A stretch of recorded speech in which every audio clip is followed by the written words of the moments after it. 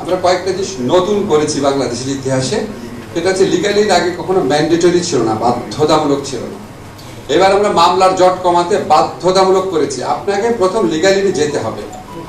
সেখানে যাওয়ার পর যদি আপনি অসন্তুষ্ট থাকেন, then of course you can come to the court, no problem, but প্রথমে লিগ্যাল এইডে যেতে হবে। এটা আমরা করেছি 1 নাম্বার পরিবর্তন।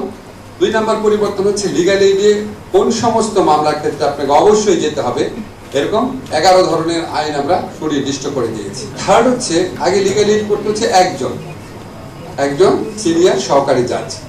এখন সিনিয়র সহকারী জাজ থাকবেন, ওনার চেয়ে একজন সিনিয়র থাকবেন, জয়েন্ট ডিস্ট্রিক্ট জাজ থাকবেন, এবং একজন রিটায়ার্ড ডিস্ট্রিক্ট এন্ড সেশন জাজ থাকবেন। কারণ আমি যখন ঢাকা ইউনিভার্সিটিতে এনভায়রনমেন্টাল ল পড়াতাম, এনভায়রনমেন্টাল ল যদি আমি খারাপ পড়াতাম তখন মানুষ প্রশ্ন করতে পারতো যে এনভায়রনমেন্টাল ল পড়েন না কেন।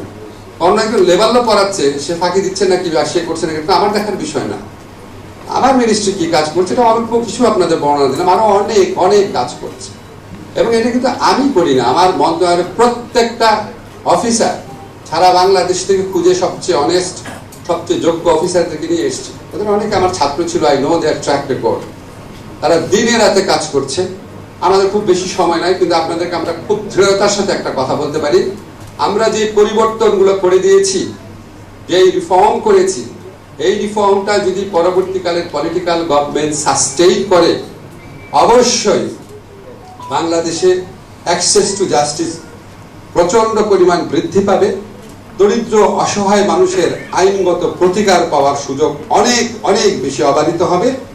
বিনা খরচে বা খুবই স্বল্প খরচে দ্রুততম সময়ে আইনগত প্রতিকার পাবে তারা।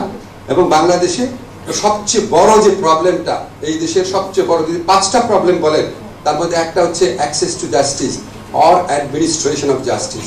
সেই 5টা প্রবলেমের যে একটা প্রবলেম আছে, সেটা আমরা বহুলাংশে আমরা যে সংস্কারগুলো করে দেখলাম, আইনি সংস্কার এবং ইনস্টিটিউশনাল সংস্কার, এটা যদি পলিটিক্যাল গভর্নমেন্টগুলো অব্যাহত রাখে, এই যে সবচেয়ে বড় 5টা সংকটের আছে, তার মধ্যে একটা সংকট ন্যায় বিচার প্রতিষ্ঠা, সেই সমস্যা বহুলাংশে সমাধান হবে।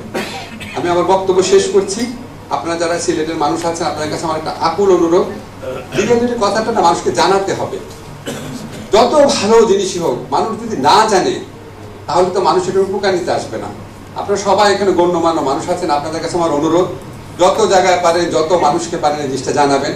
আমাদের যে আপনার ডকুমেন্টারিটা হয়েছে, ভালো ডকুমেন্টারি হয়েছে না লিগ্যাল এইড সম্পর্কে, আপনারা আপনাদের ফেসবুক পেজ আছে, আপনাদের ওয়েব পেজ আছে, সেটা শেয়ার করবেন।